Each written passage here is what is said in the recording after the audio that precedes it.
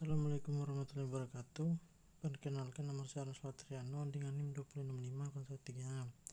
Jadi pada kesempatan kali ini saya akan menjelaskan tentang tutorial 2 yang menggunakan text view, dimana text view itu digunakan untuk menampilkan sebuah teks, dan dapat dilihat hasil output dari tutorial 2 ini hanya menampilkan satu text view dengan tulisan "Halo Androidku". Pada tutorial 3 di sini menggunakan linear layout. Linear layout ini adalah jenis layout pada Android Studio yang menyusun elemen secara berurutan, horizontal atau vertikal. Dan hasil outputnya dari tutorial 3 ini hanya menampilkan sebuah linear layout sebagai grup parent view dengan orientasi vertikal, di mana ukuran panjang dan lebarnya menggunakan atribut fill parent sehingga ukurannya memenuhi layar.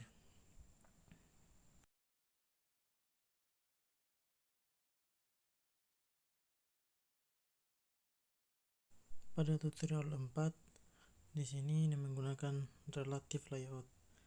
Relative layout adalah jenis layout yang dimana widget itu di dalamnya saling mempengaruhi satu sama lain, dan outputnya dari tutorial 4 ini memposisikan isi layout berada di atas layar dengan menggunakan perintah gravity top, dimana dalam layout ini terdapat 4 view atau widget, yaitu text view, edit text, dan 2 button, dimana edit textnya kita posisikan berada di bawah text view dengan menggunakan atribut layout below sama dengan ID dari text view nya, dan button OK yang diposisikan berada di sebelah kanan, dan parent menggunakan perintah alike parent right through, dan kita atur berada di bawah di text menggunakan atribut layout below sama dengan ID dari edit text.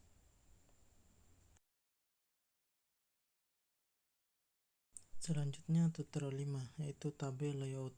Pada tutorial 5 ini menggunakan tabel layout. Tabel layout ini digunakan untuk membuat tata letak seperti tabel.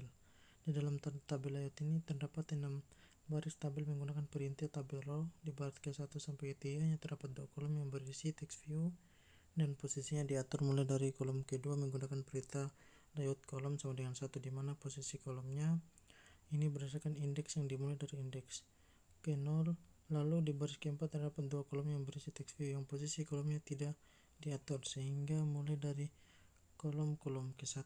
Lalu di baris kelima terdapat 3 kolom yang berisi text view di mana posisi kolomnya tidak diatur sehingga mulai dari kolom 1 sampai 3. Selanjutnya ke-6, baris ke-6 terdapat 1 kolom yang berisi text view di mana posisi kolomnya diatur mulai dari kolom kedua atau ke indeks.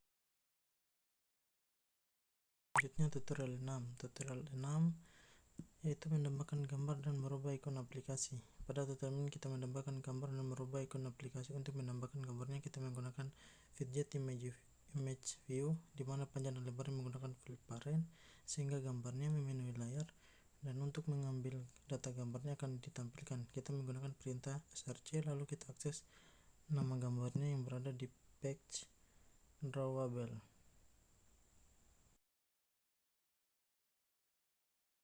Tutorial 7 kita menampilkan view edit text, yaitu di tutorial 7 ini kita mengenal widget edit text, di mana edit text ini digunakan menerima inputan dari user.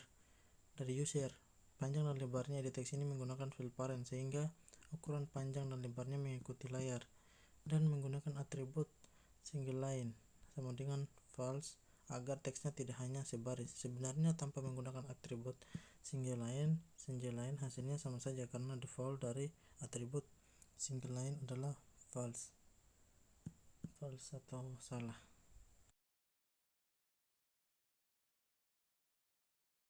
Selanjutnya tutorial 8.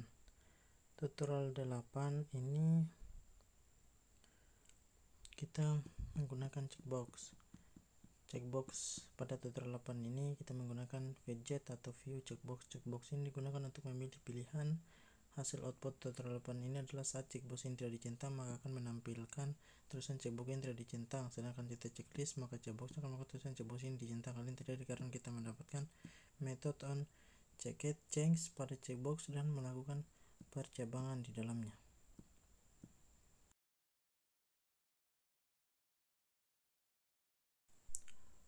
Tutorial 9 ini kita menggunakan scroll view agar konten atau informasi yang ada di dalamnya tidak hilang dan dapat di-scroll, di mana dalam scroll view ini terdapat tabel layout dengan masing-masing barisnya memiliki 2 kolom. Satu kolomnya memiliki widget view untuk menampilkan warna dan satunya memiliki widget text view untuk menampilkan teks atau kode dari warnanya. Panjang dari kolomnya adalah 500 pixel dan lebarnya tidak diatur sehingga mengikuti ukuran layar parentnya, dan kolom kedua pada tabel menggunakan padding sebesar 4dp. Yang terakhir, tutorial 10 membuat tombol exit. Pada tutorial 10 ini kita menggunakan 3 komponen yaitu text view untuk menampilkan tulisan yang ada di edit text autocomplete. Yang kedua yaitu widget edit text autocomplete untuk menerima inputan user dan menampilkan sugesti berupa drop-down apabila kita mengetikkan 3 huruf pertama yang sama pada item sugesti yang telah ditentukan. Dan terakhir yaitu widget button untuk keluar dari aplikasinya. Jadi dalam tutorial 10 ini terdapat 2 listener, yaitu add text change listener atau set on click listener.